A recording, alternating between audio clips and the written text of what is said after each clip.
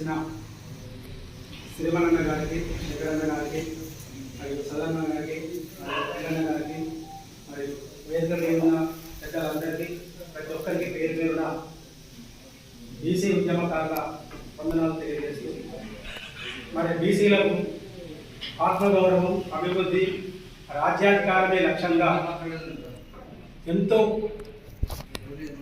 ఉన్నతమైన లక్ష్యంతో మరి మన బీసీ జాతీయ అధ్యక్షులు ఆర్ కృష్ణన్న, జాజుల శ్రీనివాసు మరియు నారగోని ఇంకా తదితరుల పెద్దలు బీసీల కోసం ఇప్పుడు మేల్కోకుండే ఇంకెప్పుడు మేల్కోమని వాళ్ళకున్న సిద్ధాంతాలను పక్కకు పెట్టి ఒక ఐక్య వేదికకు వచ్చి బీసీల తరఫున న్యాయం చేయాలని ముందుకొచ్చిండ్రు.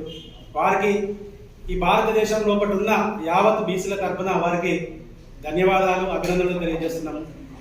మరి ఇక్కడ అన్యాయం ఎక్కడ జరుగుతుందంటే 6% ఉన్న ఓబీసీలకు 10% ఇచ్చి 60% ఉన్న బీసీలకు 20% ఇవ్వడం ఎంతవరకు న్యాయం? మరి కొంతమంది రిజర్వేషన్లే అద్దనంటారు. మరి తాతలు, ముత్తాతలు, మా తండ్రులు, మేము ఇంకా ఎన్ని రోజులు మీకు బానిసలుగా ఉండాలి? రోజులు మారుతున్నాయి, కానీ ఆ బానిస స్వభావాన్ని మార్చే లక్ష్యం వైపు మమ్మల్ని అడుగులు ఏరిస్తలేరు. మరి ఓట్లు మావైతున్నాయి, సీట్లు పదవులు మీవైతున్నాయి. రాజ్యాధికారం ఎవరి చేతులు ఉండదో వాళ్ళు వేసే చట్టాలకు ఇక్కడ ఎస్సీ, ఎస్టీ, బీసీలు, మైనారిటీలు మరి దేనికి నోచని, ఏ బలాలకు నోచని మరి చాలా దీనమైన పరిస్థితుల్లో ఉన్నారు.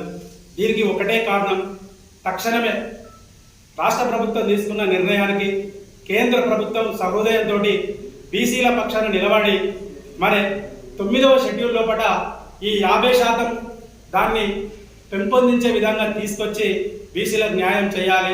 లేనట్టయితే రాబోయే రోజులల్లా మరి ఇప్పుడు బీసీలకు ఎవరైతే ద్రోహం చేస్తున్నారో వాళ్ళు మూల్యం చెల్లించుకోవాల్సిన పరిస్థితి ఏర్పడుతుంది. ఇది ప్రతి ఒక్క బీసీ గుండె రగిలిపోతుంది. ఎందుకంటే ఈ సమస్త భారతదేశం లోపల ఏది సాధించాలన్నా పవర్ అంటే పదవి. ఆ పదవులు మాకు లేకుండా ఇంకెన్ని రోజులు మీ దగ్గర మరి మేము బానిసలుగా చేతులు కట్టుకొని నిలబడాలి? ఇప్పటికైనా బీసీల లోపల చైతన్యం వస్తుంది. ప్రతి విలేజ్లల్లా మీరు రిజర్వేషన్లు ఇచ్చినా ఇవ్వకున్నా మా బీసీలు ప్రతి గ్రామాలల్లో, పట్టణాలల్లో ఎంతో ఉపాధి పరంగా కూడా ఎదుగుతున్నారు. ఇక్కడ ఇంకొక సమస్య ఉన్నది, ఈ బీసీల కనుక రిజర్వేషన్ పెంచినట్టయితే విద్యా ఉపాధితో పాటు ఇంకా వసతులు వీళ్ళకి వస్తాయి, వీళ్ళు ఇంకా ఆర్థికంగా డెవలప్ అవుతారు, వీళ్ళు మన చెప్పు చేతులలో ఉండరనే ఇంకొక సంస్థ భావంతో కూడా కోట్ల కేసెస్ మనకు అన్యాయం చేస్తున్నారు.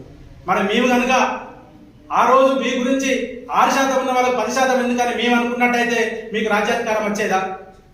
వస్తుంది. ఎందుకంటే ఆ పదవులు మీ చేతుల్లో ఉన్నాయి, చట్టాలు చేసే స్థాయిలో మీరున్నారు. అక్కడ ఉన్న వాళ్ళంతా అగ్రవర్ణాలే కాబట్టి మీకు మీరు సంతకాలు పెట్టుకొని చేస్తున్నారు. ఇది ఇంకా ఫ్యూడలిజానికి, ఇంకా నియంత పాలనకి దారితీస్తుంది, కానీ ప్రజాస్వామ్యానికి దారితీస్తలేదు.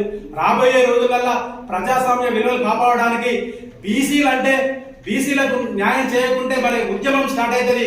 ఇప్పటికైనా ఆలోచించి రాష్ట్ర ప్రభుత్వం చేసిన తీర్మానాన్ని ఆమోదిస్తూ కేంద్ర ప్రభుత్వం ఒక నిర్ణయం తీసుకొని బీసీల మనసు మన్నన పొందాలని మేము తెలియజేస్తున్నాము. జై కళాకార్, జై జై కళాకార్, జై బీసీ, జై జై బీసీ.